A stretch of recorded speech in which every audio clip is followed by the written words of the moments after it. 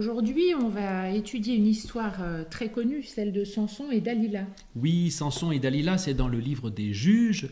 Samson d'ailleurs était un des juges en Israël. On avait vu dans d'autres leçons l'histoire de Gédéon, qui était un des premiers grands juges.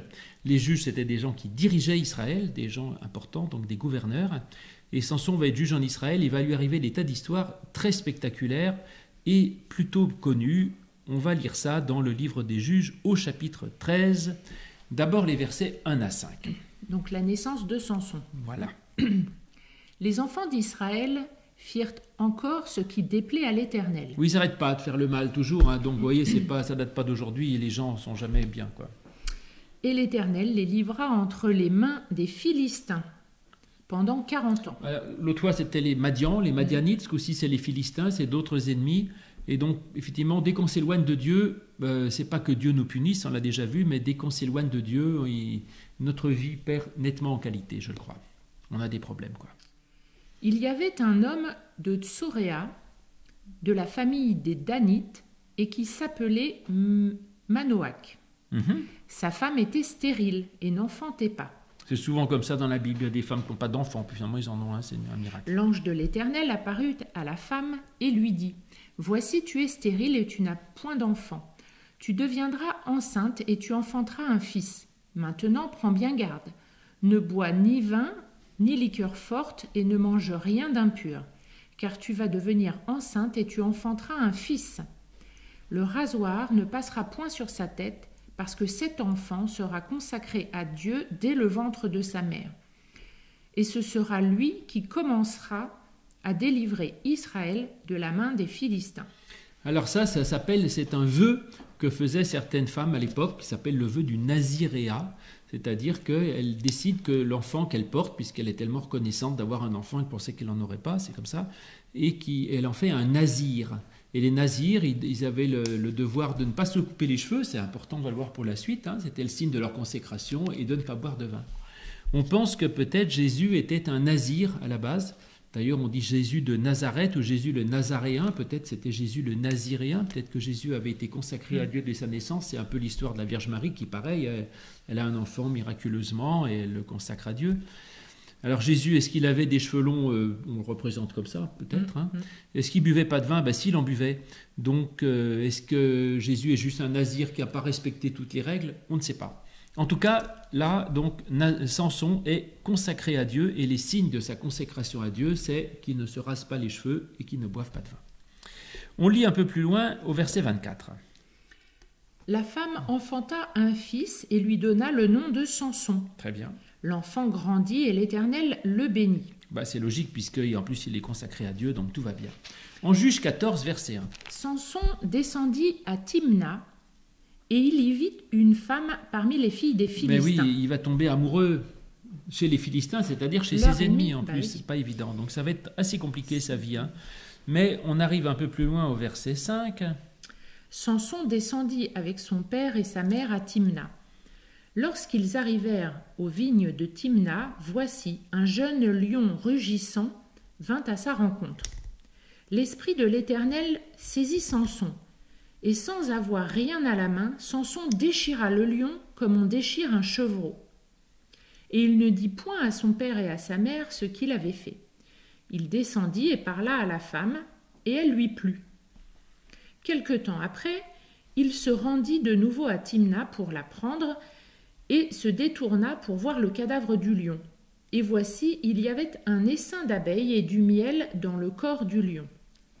Il prit entre ses mains le miel, dont il mangea pendant la route, et lorsqu'il fut arrivé près de son père et de sa mère, il leur en donna, et ils en mangèrent. Mais il ne leur dit pas qu'il avait pris ce miel dans le corps du lion. C'est une très belle histoire, ça. Donc, Samson veut épouser une fille chez les Philistins, qui étaient ses ennemis à Timna. Et puis, c'était pas encore Dalila, c'était une autre. Parce que celle-là, il va y avoir des problèmes. Après, il aura une autre compagne qui sera Dalila. Et en allant à Timna, il rencontre un lion et il arrive à tuer ce lion. Alors là, nous, on ne tue pas beaucoup de lions dans la vie, mais par contre, il y a souvent des obstacles dans notre vie. Et parfois, quand on veut faire des choses, eh bien, il y a des difficultés qui nous semblent insurmontables et on se dit, là, je ne vais pas y arriver. Et comme Samson a l'aide de Dieu avec lui, puisqu'il est consacré à Dieu, ça montre qu'avec l'aide de Dieu, à main nue, il arrive à vaincre un lion. Eh bien nous, souvent, même tout petit, on peut vaincre des lions qui sont sur notre chemin, c'est-à-dire des épreuves, des difficultés qui semblaient difficiles, on arrive à les réduire à néant.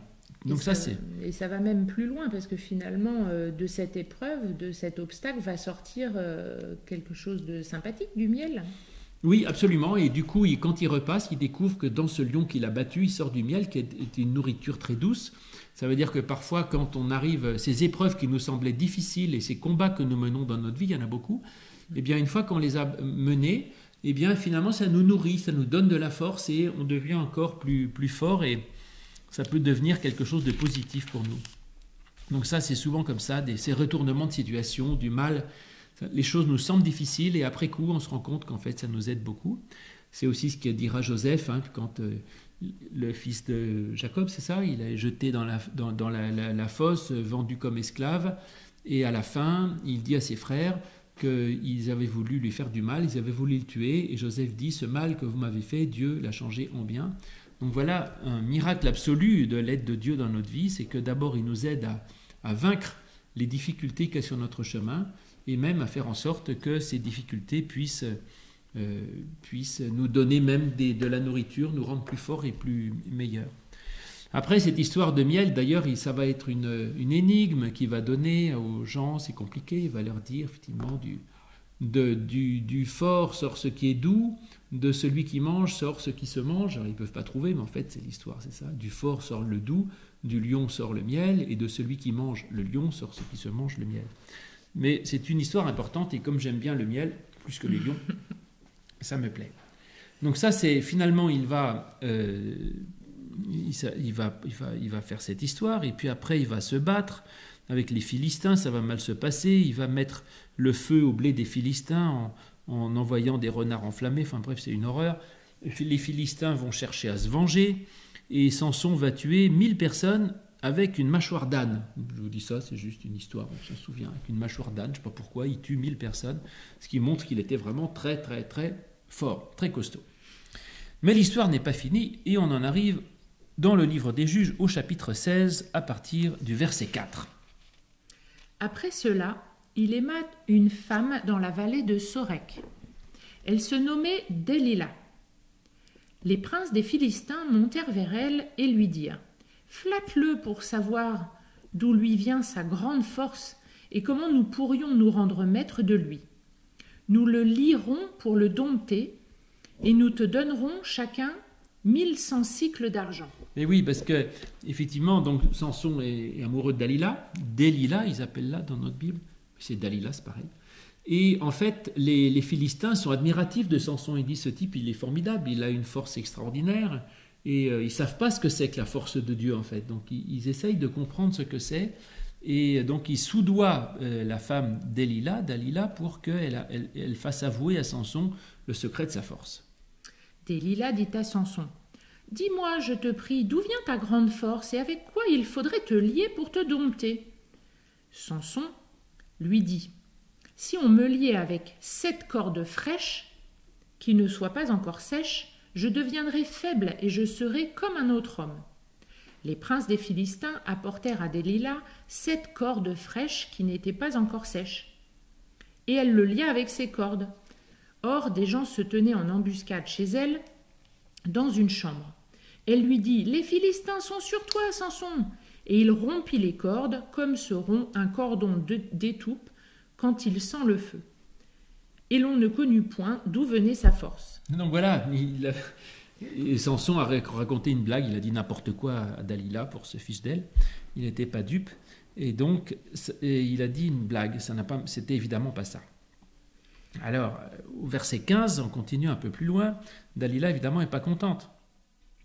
Elle lui dit, « Comment peux-tu dire « Je t'aime » puisque ton cœur n'est pas avec moi ? Voilà 3 fois que tu t'es joué de moi et que tu n'as pas déclaré d'où vient ta grande force. » Oui, parce qu'évidemment, il y a d'autres fois, chaque fois il invente un truc et chaque fois ça ne marche pas. On continue. Comme elle était chaque jour à le tourmenter et à l'importuner par ses instances, son âme s'impatienta à la mort et il lui ouvrit tout son corps et lui dit « Le rasoir n'a pas passé sur ma tête, parce que je suis consacré à Dieu dès le ventre de ma mère. Voilà. Si j'étais rasé, ma force m'abandonnerait et je deviendrais faible. Et je serais comme tout autre homme. Voilà, c'est ça, parce qu'à chaque fois, il avait raconté des blagues, les cordes neuves, faire des 7 tresses sur ses cheveux, enfin 3 fois de suite, il s'était fichu d'elle. Et là, tout à coup, il dit, ben voilà, en fait, c'est que je suis consacré à Dieu et que le signe de cette consécration, c'est que mes cheveux ne sont pas coupés. Delilah, voyant qu'il avait ouvert tout son cœur, envoya appeler les princes des Philistins et leur fit dire « Montez cette fois, car il m'a ouvert tout son cœur. » Et les princes des Philistins montèrent vers elle et apportèrent l'argent dans leurs mains. Elle l'endormit sur ses genoux. Et ayant appelé un homme, elle rasa les 7 tresses de la tête de Samson et commença ainsi à le dompter. Il perdit sa force. Elle dit alors « Les Philistins sont sur toi, Samson !» Et il se réveilla de son sommeil et dit « Je m'en tirerai comme les autres fois, je me dégagerai. » Il ne savait pas que l'Éternel s'était retiré de lui. Les Philistins le saisirent et lui crevèrent les yeux. Ils le firent descendre à Gaza et le lièrent avec des chaînes d'airain. Ils tournaient la meule dans la prison. Mais c'est très violent cette histoire, effectivement. D'où venait la force de Samson? De ses cheveux, qui étaient le signe de sa consécration à Dieu. Et donc là, en fait, ça veut dire qu'au lieu de vouloir servir Dieu, eh bien, il a considéré qu'il était plus important de faire plaisir à cette femme qui était vraiment pas honnête en plus. Et donc on ne peut pas à la fois être fidèle à Dieu et vouloir faire plaisir à quelqu'un qui est malhonnête. À un moment donné, il faut choisir qui on veut servir. Et donc il a fait le mauvais choix et du coup il perd sa force. Donc ça va lui poser des tas de problèmes. Mais l'histoire continue. Verset 22. Cependant, ses cheveux recommençaient à croître depuis qu'il avait été rasé. Ah oui, c'est intéressant parce que comme il avait les cheveux rasés, il avait plus de force. Et donc ils l'ont mis en prison, il tire la meule, tout ça, comme un âne. Mais petit à petit, ses cheveux repoussent, qu'on peut comprendre autrement en disant qu'il a eu un moment de faiblesse en préférant faire plaisir à Dalila plutôt que de faire plaisir à Dieu. Mais petit à petit, peut-être que dans sa prison, il réfléchit aussi et qu'il retrouve sa fidélité à Dieu comme ses cheveux repoussent. Or, les princes des Philistins s'assemblèrent pour offrir un grand sacrifice à Dagon, leur dieu, et pour se réjouir. Ouais, c'était un dieu effroyable, un Dagon, pas sympathique. Ils disaient « Notre Dieu a livré entre nos mains Samson, notre ennemi. » Et quand le peuple le vit, ils célébrèrent leur Dieu en disant « Notre Dieu a livré entre nos mains notre ennemi, celui qui ravageait notre pays et qui multipliait nos morts. » Dans la joie de leur cœur, ils dirent « Qu'on appelle Samson et qu'il nous divertisse. » Ils firent sortir Samson de la prison et il joua devant eux. Ils le placèrent entre les colonnes, et Samson dit au jeune homme qui le tenait par la main « Laisse-moi afin que je puisse toucher les colonnes sur lesquelles repose la maison et m'appuyer contre elles. » La maison était remplie d'hommes et de femmes. Tous les princes des Philistins étaient là, et il y avait sur le toit environ 3000 personnes, hommes et femmes, qui regardaient Samson jouer. Alors Samson invoqua l'Éternel et dit « Seigneur éternel, souviens-toi de moi, je te prie, ô Dieu. Donne-moi de la force, seulement 7 fois, et que d'un seul coup, je tire vengeance des Philistins pour mes 2 yeux. » Est-ce qu'il leur avait crevé les yeux? Et Samson embrassa les 2 colonnes du milieu sur lesquelles reposait la maison, et il s'appuya contre elles. L'une était à sa droite, l'autre à sa gauche. Samson dit « Que je meure avec les Philistins. » Il se pencha fortement et la maison tomba sur les princes et sur tout le peuple qui y était. Ceux qu'il fit périr à sa mort furent plus nombreux que ceux qu'il avait tués pendant sa vie. Ses frères et toute la maison de son père descendirent et l'emportèrent. Lorsqu'il fut remonté, ils l'enterrèrent entre Tsoréa et Ectaol dans le sépulcre de Manoach, son père. Il avait été juge en Israël pendant 20 ans. C'est une histoire extrêmement violente. Alors on vous l'a lu parce qu'elle est connue, l'histoire de Samson et Dalila qui s'appuient sur les colonnes, la maison s'effondre parce qu'il retrouve sa force. Donc c'est connu et en même temps ça me pose problème parce que je dirais cette violence c'est pas celle dont on est habitué dans le Nouveau Testament avec l'histoire de Jésus. Jésus était un doux et jamais il n'enseigne à se venger ni à faire des catastrophes comme ça qui tuent des tas de personnes dans la maison et qui se tuent lui-même. C'est un peu bizarre.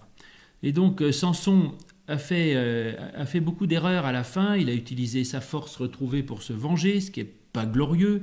L'histoire aurait pu finir mieux que ça. Et en fait, il y a beaucoup d'histoires violentes comme ça dans l'Ancien Testament. Bon, on peut les lire comme ça en disant, moi, ma foi à moi, c'est celle de l'Évangile, c'est celle de la douceur, du pardon et de la tendresse, et pas celle de la violence et de la vengeance. Hein.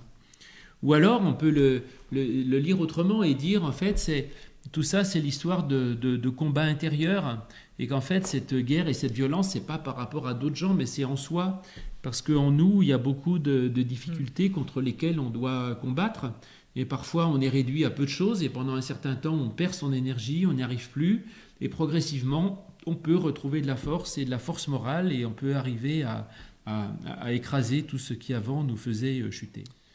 En tout cas, ce qu'on voit ici, c'est que la consécration à Dieu donne une très grande force morale, mais qu'il ne faut pas se séparer de Dieu, et que cette force, elle peut disparaître, mais que la force que Dieu nous donne, elle n'est pas gagnée une fois pour toutes, qu'il faut rester fidèle à Dieu pour qu'elle nous reste, mais qu'on peut la regagner, et que ce serait bien de finir quand même mieux que Samson, qui n'est pas un bon exemple. Mais les personnages de l'Ancien Testament ne sont pas des exemples moraux. Hein. Samson n'est pas... Personne n'est vraiment parfait dans tout point. Donc Samson avait des qualités, à la fin il a eu tort, mais cela dit, c'est quand même une histoire instructive. Voilà mes amis, eh bien à bientôt pour d'autres histoires. Nous continuerons les autres fois avec la suite de l'Ancien Testament dans le livre de Samuel.